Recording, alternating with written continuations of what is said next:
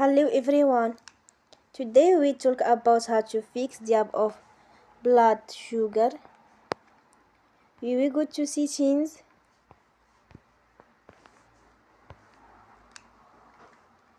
Then we click on apps. After that we search the app blood sugar and we click. Then we will on for stop. After that we go to storage. Then we click on clear cache.